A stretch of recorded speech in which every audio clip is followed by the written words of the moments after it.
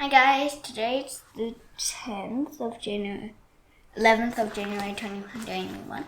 Today I'm going to read Ezra 4-8, Proverbs 11, and Psalm 44. Let's get started. The people who had returned from Babylon were building a temple to honor the Lord. Here's the God of Israel. The enemies of Judah and Benjamin heard about it. Then those enemies came to Zerubbabel. The family leaders of Israel were with him. The enemy said, "I want to help you build. We're just like you. We worship your God. We offer sacrifices to him. We've been doing that ever since the tribe of Esau hadn't. Here's the king of Assyria. He brought our people here." Zerubbabel and Joshua answered them. So did the rest of the family leaders of Israel. They said, "You can't help us build a temple to honor our God. You aren't part of us. We'll build it ourselves. We'll do it to honor the Lord, the God of Israel." Cyrus, the king of Persia, commanded us to build. Then the nations around Judah tried to make its rulers hurt. They wanted to make them afraid to go on building. So those nations paid some of the Jewish officials to work against the people of Judah. They wanted their plans to fail. They did it during the whole time Cyrus was king of Persia. They kept doing it until Darius became king. The enemies of the Jews brought changes against the people of Judah and Jerusalem. It happened when Xerxes began to rule over Persia. Then Artaxerxes became king of Persia. During his rule, Bishlam, Mithridates, Tabeel, and his friends wrote a letter to Artaxerxes. It was written in the Aramaic language, and it used the Aramaic alphabet. Rahab and Shimshai also wrote a letter to King Artaxerxes. Rahab was the commanding officer. Shimshai was the secretary. The letter was said against the people of Jerusalem. It said, "We, Rahab and Shimshai, are writing this letter." Rahab is the commanding officer. Shimshai is the secretary. Our friends join us in writing. They include the judges, officials, and messengers in charge of the people from Persia, Uruk, and Babylon. They also over the Elamites from Susa, and they are over those who are forced to leave their countries. The great king Ashur-bani-pal, who was worthy of honor, forced the people. He moved them to the city of Samaria. He also moved them to other places west of the Euphrates River. Here's a copy of the letter sent to Artaxerxes. "We are sending this letter to you, King Artaxerxes. It is from your servants who live west of the Euphrates River. We want you to know about the people who left you and have come up to us. They have gone to Jerusalem and are rebuilding that you will see. It's caused trouble for a long time. Those people are making it look like new again. They are repairing the foundations. Here's something else we want you to know. Suppose the city is rebuilt, and suppose its walls are made like new again. Then no more taxes, gifts, or fees will be collected, and sooner or later there will be less money for you. We owe a lot to you. We don't want to see dishonor brought on you, so we're sending this letter to tell you what is going on. Then you can have a search made in the official records. Have someone check the records of the kings who ruled before you. If you do, you'll find out that Jerusalem is an evil city. It causes trouble for kings and countries. For a long time,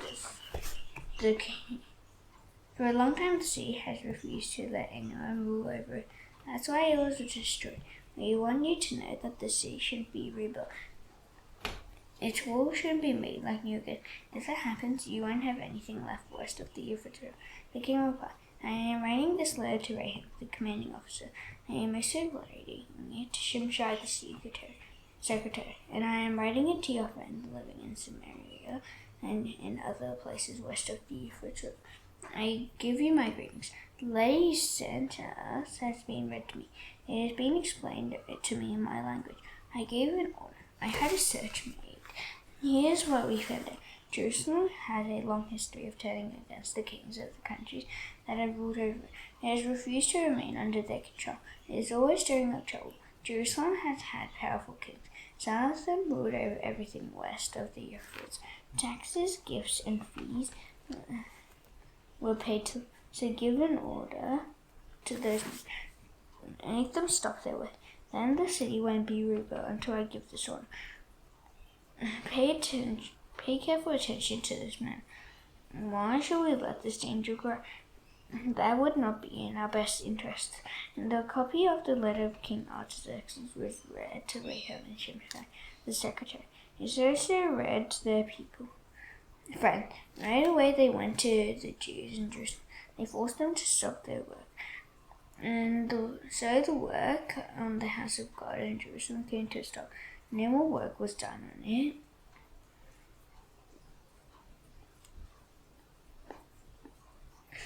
Until the second year that Darius was king of Persia.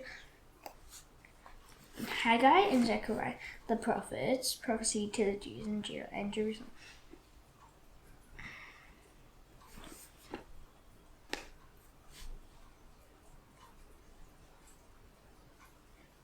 He spoke to them in the name of the God of Israel. God had belonged to the family line. God had spoken to those prophets. Zechariah belonged to the family line of Edo, Zerubbabel, the son of Shealtiel.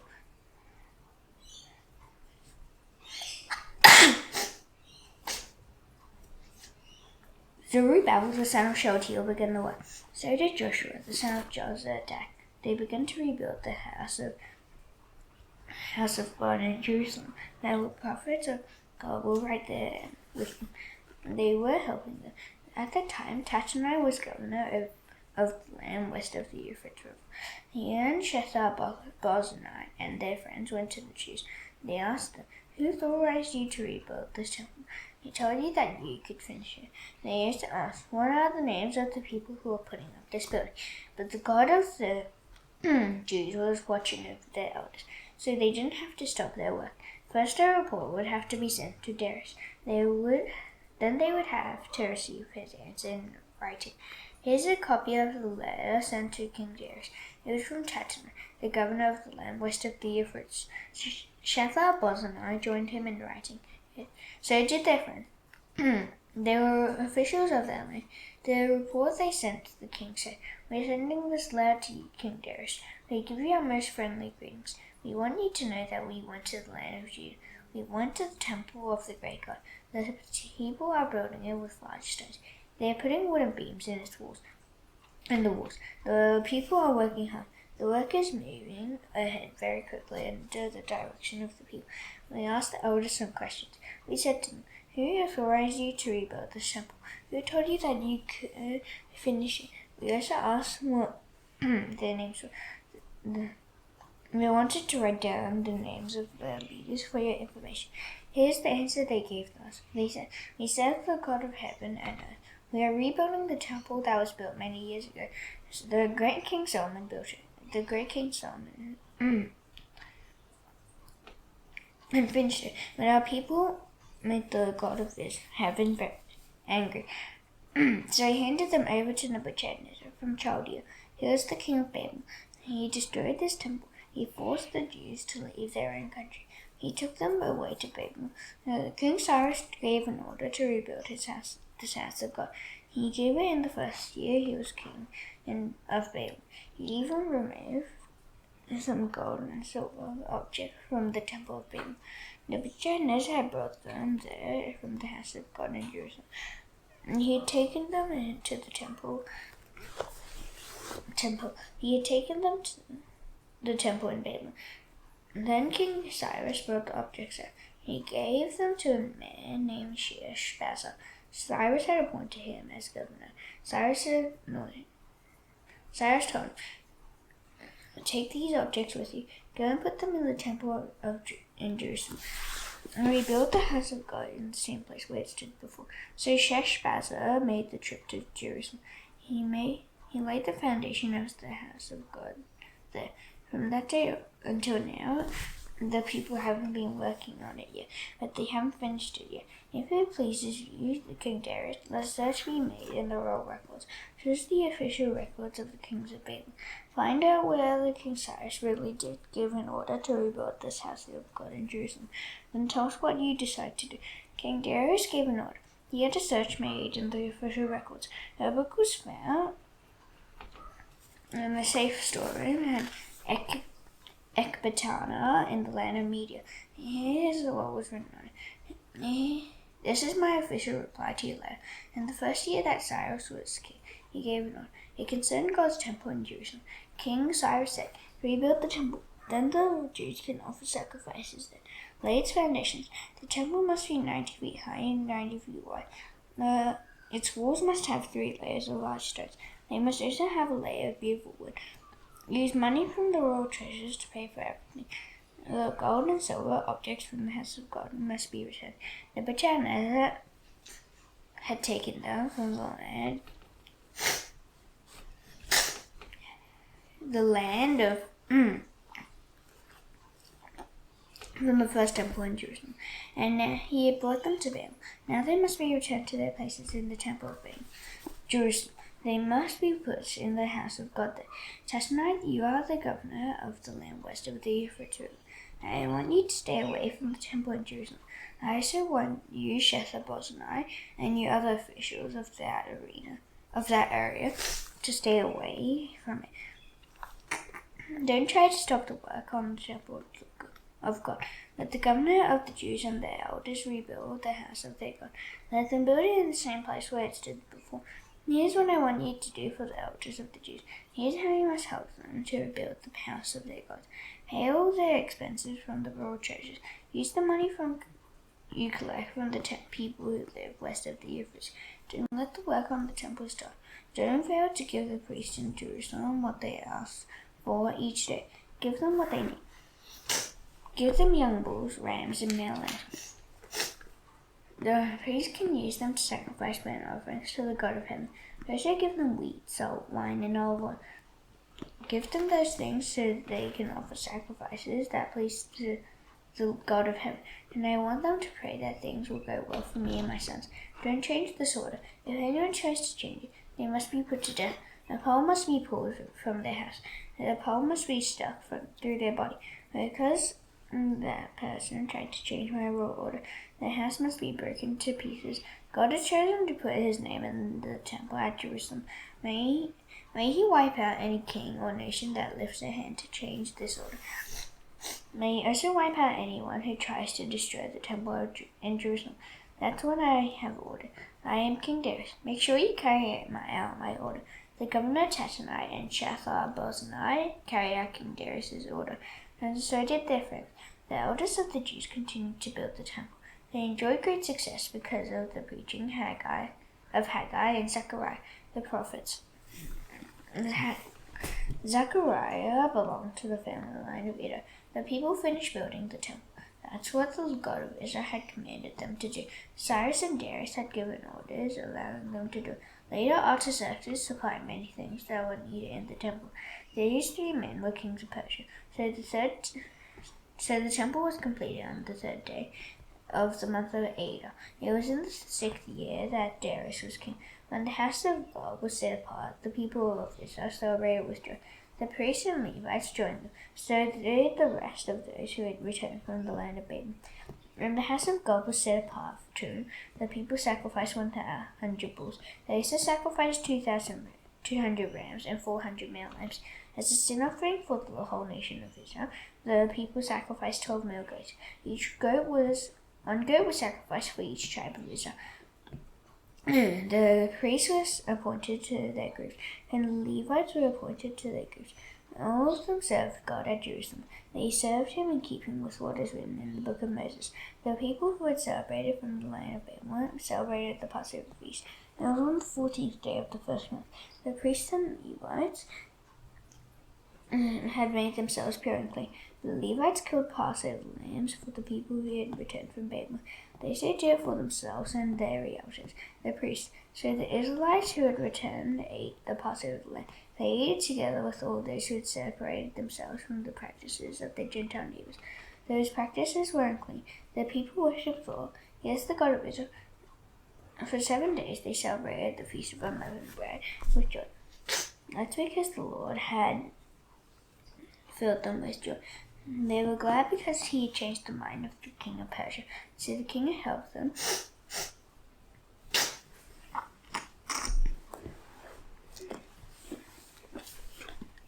with the work on the house of the God of Israel. After all these things had happened, Ezra came up to Jerusalem from Babel. It was during the rule of Artaxerxes. He was king of Persia. Ezra was the son of Sariah. Sarah was the son of Azariah. Azariah was the son of Hilkiah. Hilkiah was the son of Shallum. Shallum was the son of Zadok. Zadok was the son of Ahitub. Ahitub was the son of Amariah. Amariah was the son of Azariah. Azariah was the son of Meraioth.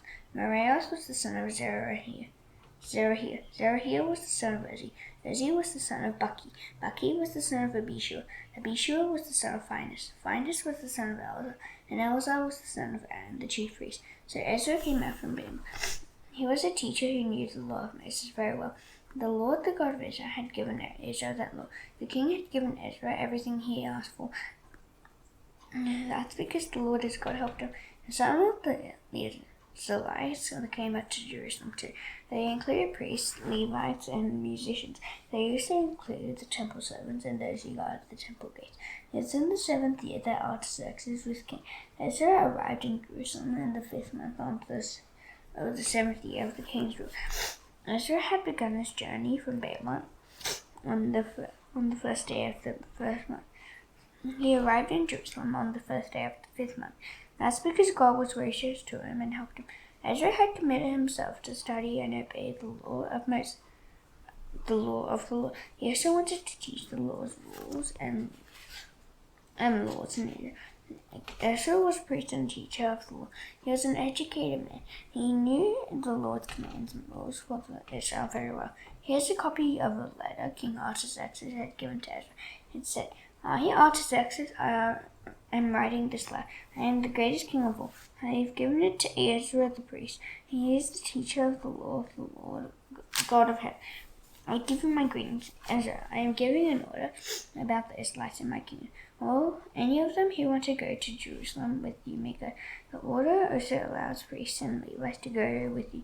Now here are my 7 advisors are sending you to see how things are going in Jerusalem. Find out where the people there are obeying the law of your God. You have a copy of that law with you. I and my advisors have freely given some silver and gold to the God of Israel.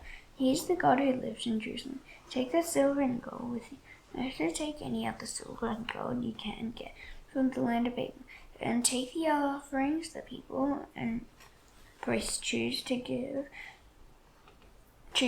for the temple of their God in Jerusalem. Make sure you use the money to buy bulls, rams, and male lambs. Also buy their grain offerings and drink offerings. Then sacrifice them on the altar of this temple of your God in Jerusalem. You and the other Jews can do what you think is best with the rest of the silver and gold. Do what your God wants you to do. Give to the God of Jerusalem all the things you are responsible for. You still worshipping your God in his temple. You might need to supply some other things for the temple of your God. If you do, take them from among the royal treasures. I, King Artaxerxes, also give this order. It applies to all those who are in charge of the treasure west of the Euphrates River. Make sure you provide anything Ezra the priest might ask you to give. He is the teacher of the law of the God of heaven. Give Ezra up to 3/4 tons of silver. Give him 18 tons of wheat. Give him up to 600 gallons of wine and up to 600 gallons of olive oil. And give him as much salt as he needs. Work hard for the temple of the God of heaven. Do everything that he is required. I don't want him to be angry with my kingdom and the kingdom of my sons. Here's something else I want you to know. You have no authority to collect taxes, gifts, or fees from these people. You may not collect them from the priests, Levites, or musicians. You may not collect them from those who guard the temple gates. You must not collect them from the temple servants. And you may not collect them from other workers at the house of God in Jerusalem. Ezra, appoint judges and other court officials. When you do it, use the wisdom your God gives you. Those you appoint should do what is right and fair when they judge people. They should do it for everyone who lives west of the Euphrates River. They should do it for everyone who knows the laws of your God. And I want you to teach the people who don't know these laws. Anyone who doesn't obey the law of your God must be punished. The same thing applies to anyone who doesn't obey my law. The person must be punished in keeping with the laws they have broken. Some of them must be put to death. Others must be forced to leave the places where they live. Others must have their property taken away from them. Still others must be put in prison. So here's what I, Ezra, say to you people of Israel.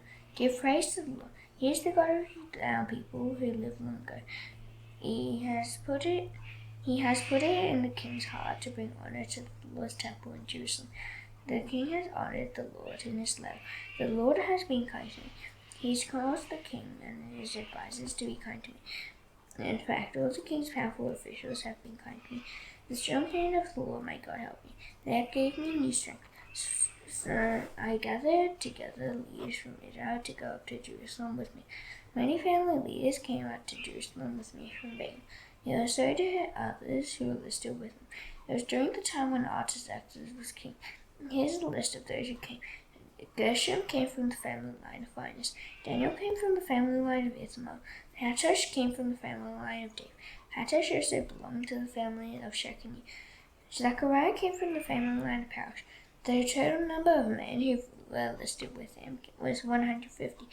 Elionai came from the family line of Pahath Moab. Elionai was the son of Zerahiah. The total number of men with him was 200. Shechaniah came from the family line of Zatu. Shechaniah was the son of Jehaziel. The total number of men with him was 300. Ebed came from the family line of Aden. Ebed was the son of Jonathan. The total number of men with him was 50. Jeshael came from the family line of Elam. Jeshael was the son of Athaliah.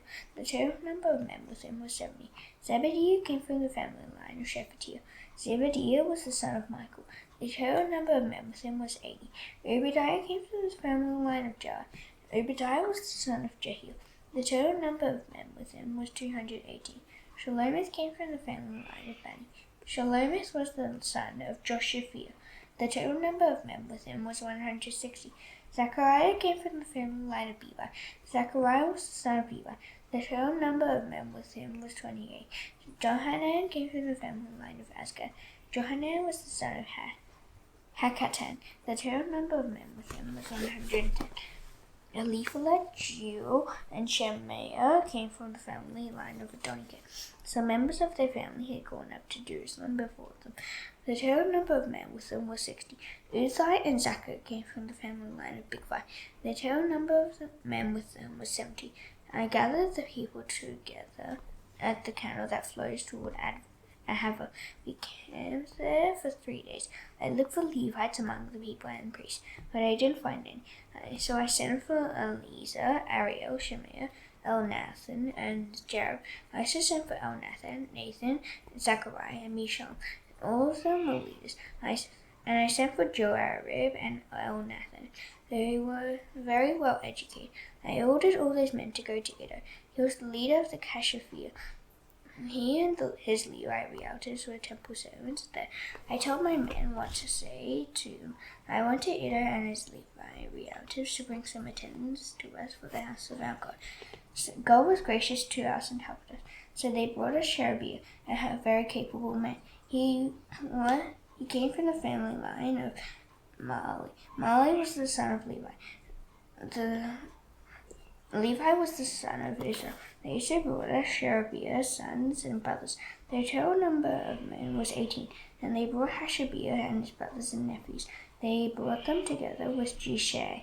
He came from the family line of Merari. The total number of men was 20.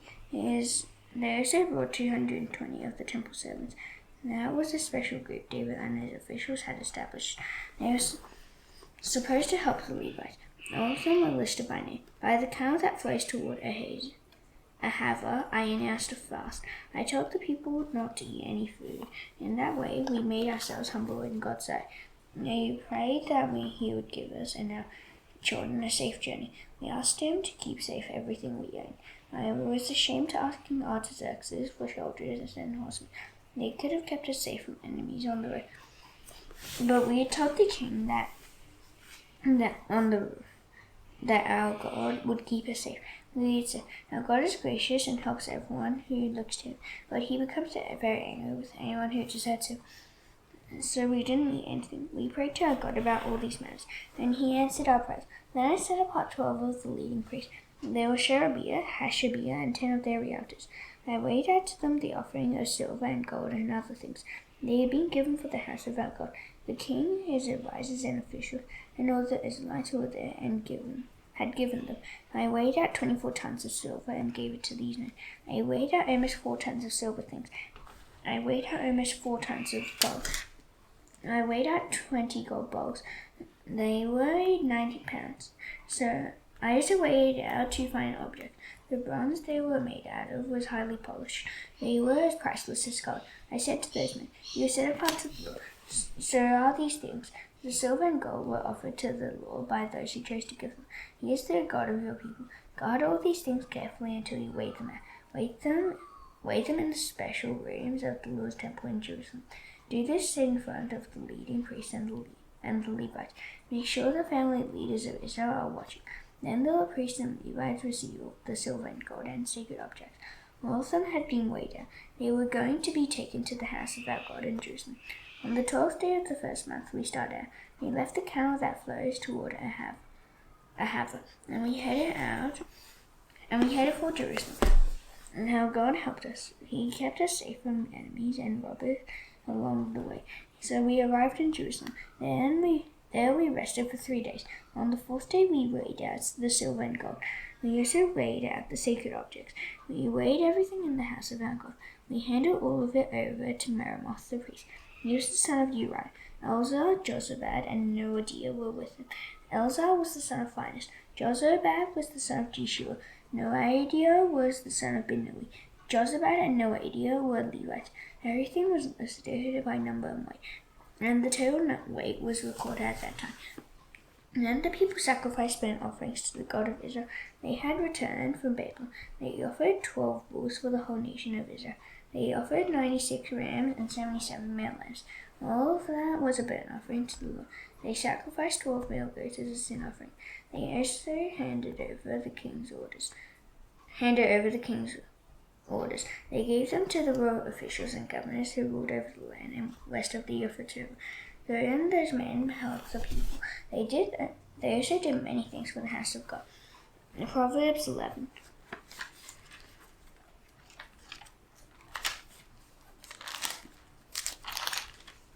The Lord hates it when people use spells to cheat others, while he is delighted when people use honest ways. When pride comes, shame follows. But wisdom comes to those who are not proud.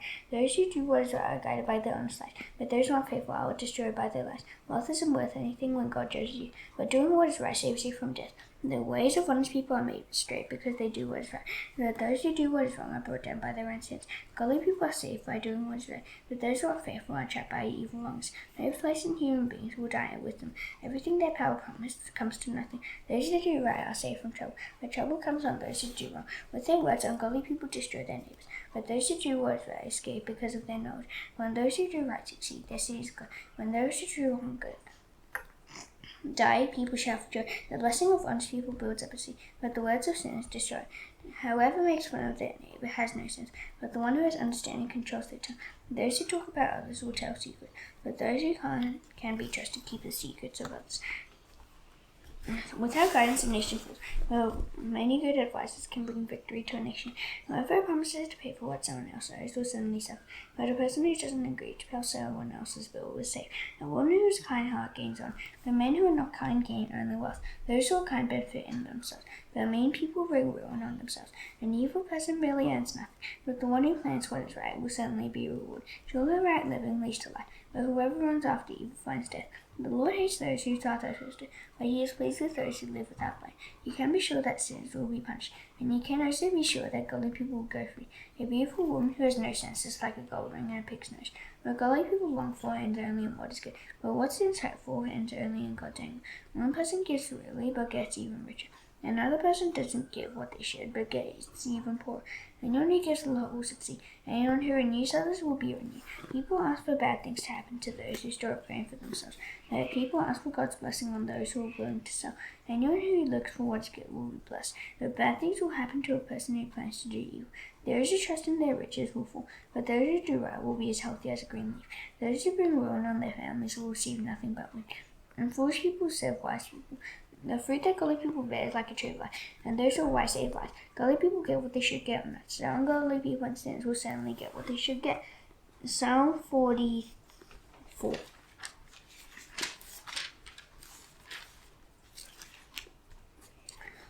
God, we have heard what you did. Those who came before us have told us what you did in their days, in days long ago. By your power you drove out the nations. You gave our people homes in the land. You crushed the people who were there, and you made our people do it. They didn't win the land with their swords. They didn't gain success by their own power. Your powerful right hand and your mighty arm gave them victory. You gave them success because you loved them. You are my King and my God. You give victories to the people of Jacob. With your help we push back our enemies. By your power we walk all over them. I put no trust in my bow. My sword doesn't bring me victory, but you give us victory over our enemies. You put them to shame. All day long we talk about how great God is. We will praise your name forever. And now you have turned your back on us and made us humble. You don't march out with our armies anymore. You made us turn and run from our enemies. You've taken what belongs to us. You handed us over to be eaten up like sheep. You scattered us among the nations. You sold your people for very little. You didn't gain anything when you sold them. You've made us laugh. You made us something that our neighbors laugh at. Those who live around us make fun of us and tease us. The nations make jokes about us. They shake their heads at us. All day long I have to live with my shame. My face is covered with it. That's because they laugh at me and attack me with their words. They want to get even with me.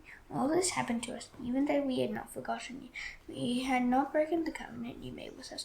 Our hearts had not turned away from you. Our feet have not wandered away from your path. But you crushed us and left us to the wild dog. You covered us over with deep darkness. But you didn't forget our God. We didn't spread out our hands in prayer to a false God.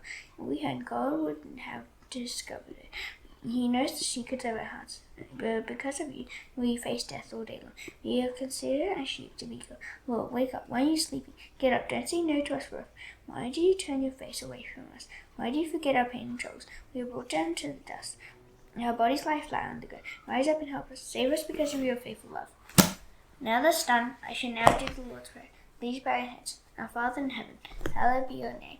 Your kingdom come, your will be done on earth as it is in heaven. Give us today our daily bread. Forgive us our debts, as you also forgiven our debtors.